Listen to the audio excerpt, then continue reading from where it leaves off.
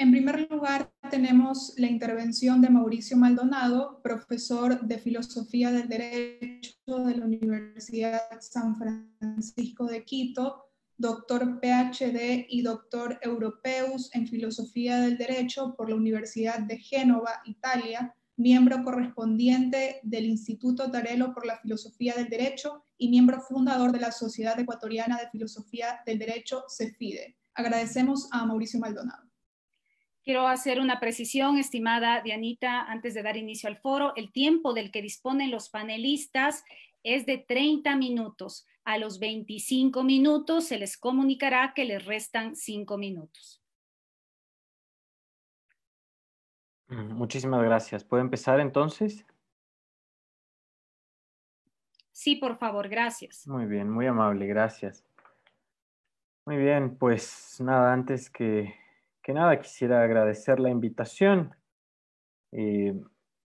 para hablar de este tema tan complejo, efectivamente, que tiene que ver con la rendición de cuentas y el control social del poder. Así he decidido yo llamar a mi ponencia el día de hoy, que por lo demás no tiene, digámoslo así, ningún afán en último término teórico, sustancial, sino que simplemente pretende exponer algunas perplejidades que van justamente en la línea de al menos dos formas de concebir a la rendición de cuentas y dos formas de concebir al control social. En primer lugar, cuando se habla de la rendición de cuentas, puede uno pensar en un enfoque general, digámoslo así. Sobre la base de este punto de vista, la rendición de cuentas coincide más o menos con el principio de publicidad, con el principio de acceso a la información pública, naturalmente. Por otro lado, tendríamos la rendición de cuentas en cuanto a actos singulares. Esto se referiría, obviamente, a los actos en donde una determinada autoridad, por ejemplo, dice cómo se ha gastado el presupuesto que tiene tal o tal órgano. Por otro lado, está la segunda parte de mi ponencia, que tiene que ver con el control social. Y aquí también hay al menos dos significados. En el primer significado, cuando se habla de control social, la sociedad es la controlada y normalmente el poder es el que controla. En un segundo significado, control social hace alusión a la sociedad que controla y el poder es el controlado. Efectivamente, estos significados crean varios problemas al interior de, digámoslo así, la teoría política en general, pero no solo. En todo caso, esta primera aproximación es interesante porque efectivamente se puede ver cómo, por ejemplo, en los estados autocráticos, es decir, los estados no democráticos, el principio de publicidad básicamente no existe, se desvanece, no es un principio per se de los asuntos del Estado. Rige allí lo que suele llamarse razón de Estado, sobre la que hablaré un poquito más adelante. Por otra parte, en el ámbito democrático existe, en cambio, este principio de acceso a la información pública. En línea de principio también, en un Estado democrático, el control social se ejerce desde la sociedad hacia el poder y no desde el poder hacia la sociedad, en principio. Ahora, obviamente, esto va de la mano de algunos principios en parte que sirven en parte como ideales regulativos, que no son, digámoslo así, necesariamente principios que siempre y en todos los casos sean observados. Por una razón de base, digámoslo así. Y aquí me viene a la mente, como no puede ser de otra manera, un viejo escrito de Norberto Bobbio, en donde él hablaba de las promesas no mantenidas de la democracia. Y una de las promesas no mantenidas de la democracia, decía él, era justamente el eliminar los poderes invisibles. Esto no ha sucedido y sobre esto también voy a hablar un poquito más adelante. ¿Y esto porque decía el propio Bobbio que de entre las definiciones de democracia a él le atraía particularmente aquella que decía que la democracia es el poder en público? Es decir, en este caso, la definición de democracia coincide más o menos con la definición de publicidad y de transparencia de los asuntos del Estado. Efectivamente, esto presupone el poder visible. Por ende, también, por ejemplo, la institución de la representación, en la medida en que, como decía el propio Bobbio, recordando algún autor alemán, la representación solo es tal si es ejercida en público. Por muy importantes que puedan ser los acuerdos a los que a menudo se llegan en la política, en secreto, tras bambalinas, digámoslo así, estos no son representativos. Presentan nuevamente la cara del poder invisible, de este poder, de hecho, que por su naturaleza es más autocrático que democrático y que, sin embargo, persiste en el ámbito de las democracias, que a nadie se le escapa que en asambleas, en el ámbito de las reuniones del poder ejecutivo, etcétera, en general, a menudo muchas decisiones son tomadas, insisto, en el secreto, fuera del ámbito de la representación. De ciertas bambalinas es interesante porque muchas veces se ha usado la metáfora del teatro para hablar del poder en público, del poder representativo. Justamente la actuación, las obras se dan en el teatro, en un foro que puede ser, digámoslo así, o que está más bien a la vista de la gente, mientras que tras bambalinas pueden pasar otras cosas. Y efectivamente esta es la idea de la esencia, decía algún clásico, de la esencia del poder. El secreto es la esencia del poder. Y claro, esto nos hace pensar inmediatamente en Maquiavelo. Maquiavelo y la razón de Estado, y Tácito y los arcana imperi.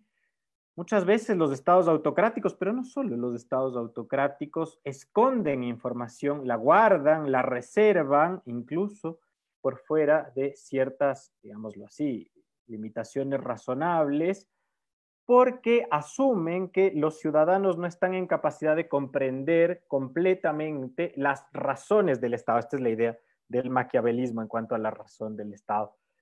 Ahora, nuevamente, esta que parecería ser en algún sentido una visión vetusta de la situación, está tan vigente ahora como antes, sobre la base a menudo de nuevos ropajes. Se me viene a la mente, por ejemplo, que hace algunos años, cuando el Consejo Nacional Electoral organizaba lo que entonces daba lugar a la elección de los consejeros del Consejo de Participación Ciudadana y Control Social, se negó a entregar, a hacer públicos los legajos, los expedientes de los 128, me parece que ese era el número, 128 aspirantes al Consejo de Participación Ciudadana y Control Social, y el presidente del CNE de entonces dijo que lo hacían para evitar que las personas usaran esta información para crear un show mediático, para servirse y hacer un circo de esto, para servirse de esta información y hacer un circo con esto. Nada más claro, digámoslo así, ningún ejemplo más claro que este para hablar de una forma de la razón de Estado. Los ciudadanos efectivamente en estas hipótesis no comprenden los secretos del poder, no pueden comprenderlos y es mejor que por ende se mantengan reservados. Un principio nuevamente en este sentido asociado más a una autocracia que a una democracia.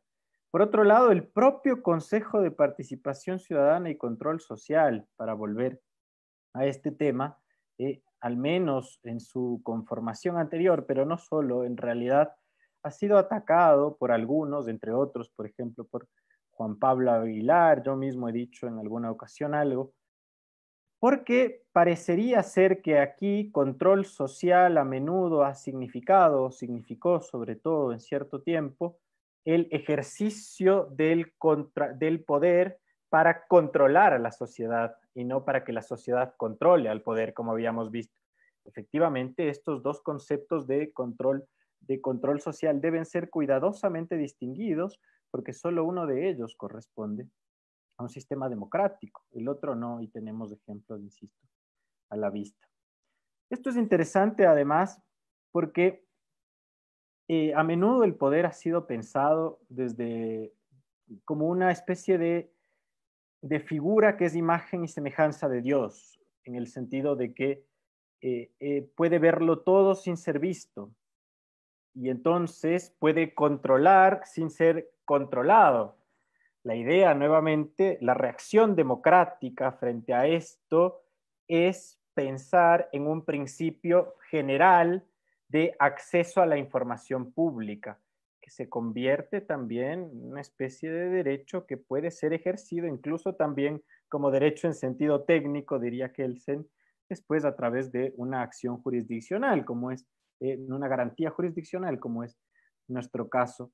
Sin embargo, también aquí hay que apuntar algunas cosas. Sucedió en el decenio anterior que, como alguien recogía, muchísimas acciones de acceso a la información pública tuvieron que ser presentadas para poder para poder acceder, digámoslo así, de manera medianamente razonable a cierta información cuya naturaleza era pública y sin embargo era inaccesible o muy difícil de acceder. Nuevamente, esta es una institución que no pertenece en principio a la idea del Estado democrático en cuanto tal.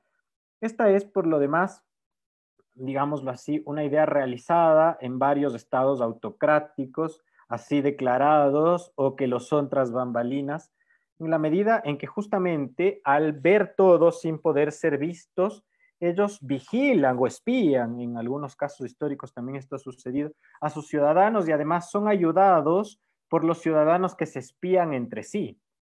No escapará a nadie que en algunos regímenes autocráticos a menudo esto es lo que ha sucedido. Se conforman comités por aquí y por allá para que los mismos ciudadanos se vigilen entre sí a efectos de que el poder se vea beneficiado.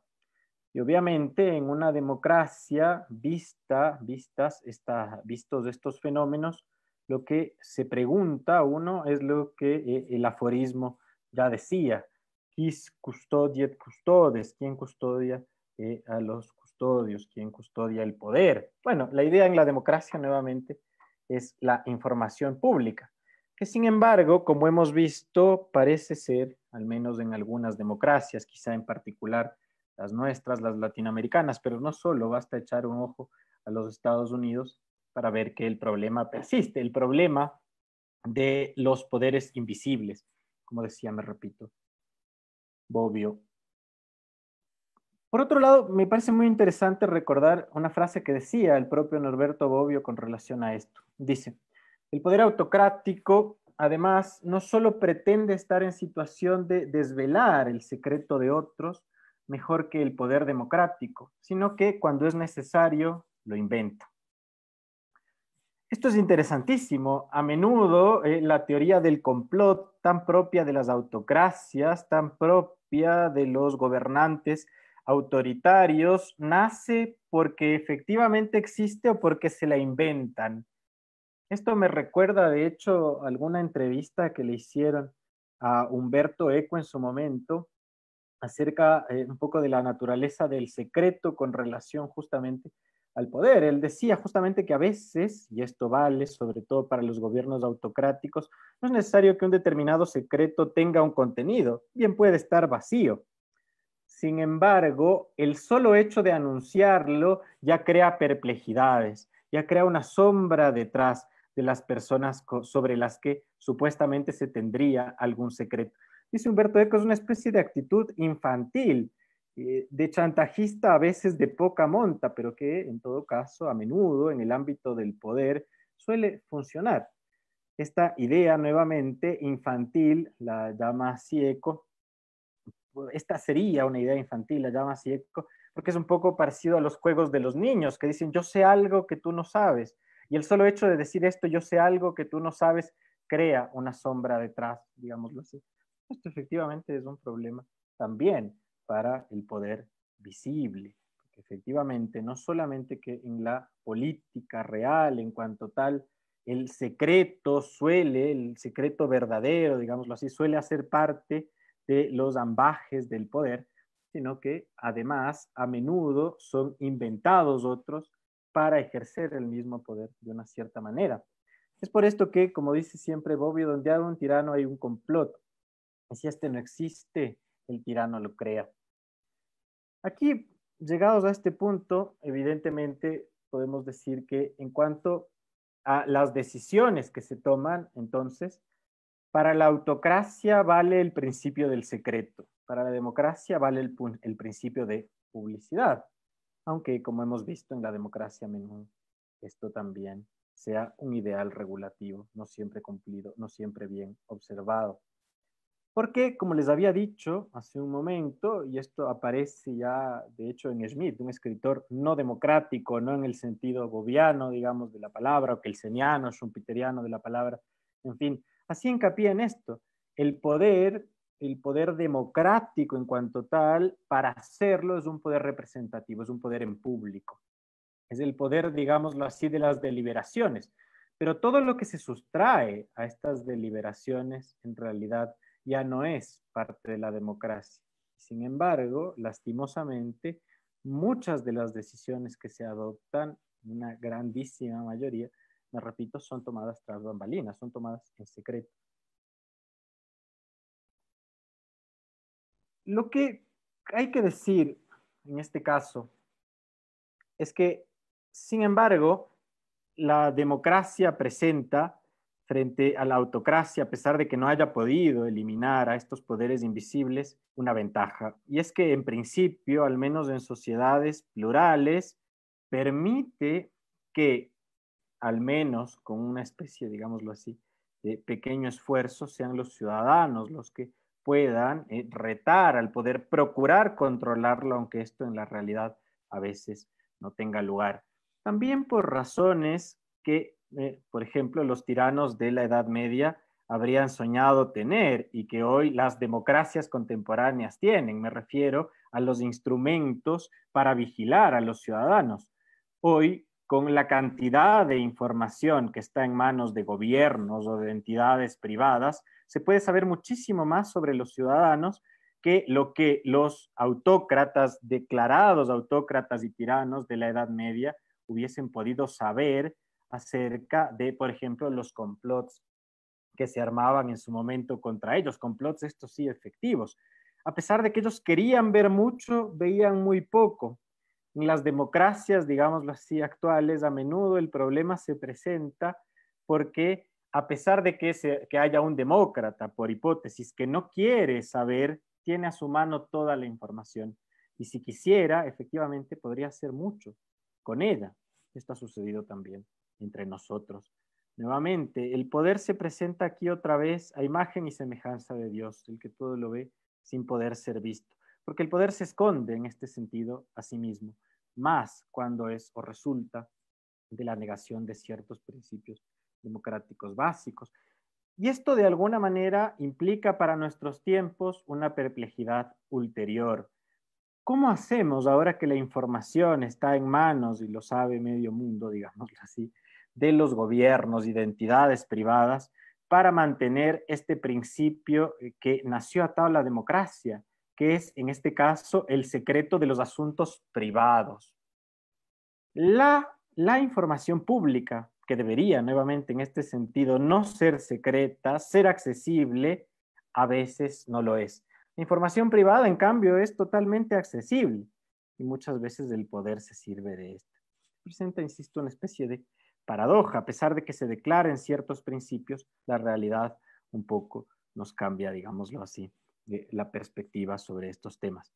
¿Qué hacer? No creo tener, digámoslo así, todas las respuestas, salvo decir, como decía el propio Norberto Bobbio hacia el final de uno de sus trabajos, que sin embargo la democracia, en tanto presupone la pluralidad de nuestros pensamientos, también de alguna manera la capacidad o la posibilidad, mejor, de controlar, al menos por hipótesis, al poder, es preferible que cualquier otro sistema en donde prevalezca el secreto. Aquí además alguien seguramente podrá pensar que habría que llamar o traer a colación a Jeremy Bentham. Justamente la idea del panóptico, ustedes recordarán, era justamente la estructura en donde donde se ve todo sin ser visto. Nuevamente, la idea del secreto, del poder. Sin embargo, hay algo interesante que decir, y es que Bentham era un escritor democrático. Bentham, a pesar de pensar en el panóptico como este diseño, nunca lo pensó para el Estado. Y por otro lado, cuando él se preguntaba acerca de la posibilidad de que el panóptico esté sujeto a cierta vigilancia, tuvo una respuesta clara. que pueda ser cada tanto visitado por los ciudadanos y que haya especies de auditorías sobre este. La idea, en último término, digámoslo así, del acceso a la información, que esta sí, trasladada al Estado, da lugar a un principio democrático. Principio democrático que no siempre se cumple o se cumple a medias. Esto en el ámbito general. Ahora, en el ámbito particular, la rendición de cuentas, decía, es vista en este segundo sentido como los actos puntuales en donde se dice cuánto se ha gastado y en qué se ha gastado, por ejemplo, el presupuesto de una cierta entidad. Y sin embargo, también aquí hay cosas que decir. En el pasado reciente hemos visto también que las rendiciones de cuentas, en este segundo sentido, se han presentado como excusas claras para la parafernalia, un poco para la fiesta, digámoslo así, en donde se dice cuánto y cómo se ha gastado, pero aún así no podemos saber demasiado sobre los secretos que están detrás, digámoslo así, de cómo ha llegado a gastarse efectivamente ese dinero, y detrás de eso está el problema de la corrupción. Naturalmente, yo en este sentido no creo poder tener demasiadas herramientas, salvo nuevamente la profundización de la democracia y entonces de la transparencia, pero también de la pluralidad, y entonces que exista la posibilidad efectiva de que, por ejemplo, los medios de comunicación y la gente, como ahora mismo está sucediendo, pueda efectivamente controlar de alguna manera estos casos que desgraciadamente encima también en una pandemia parece que persisten, pero que no son de ahora, ¿no? Son en nuestro país lamentablemente un poco de siempre. Muchísimas gracias, yo me voy a parar acá.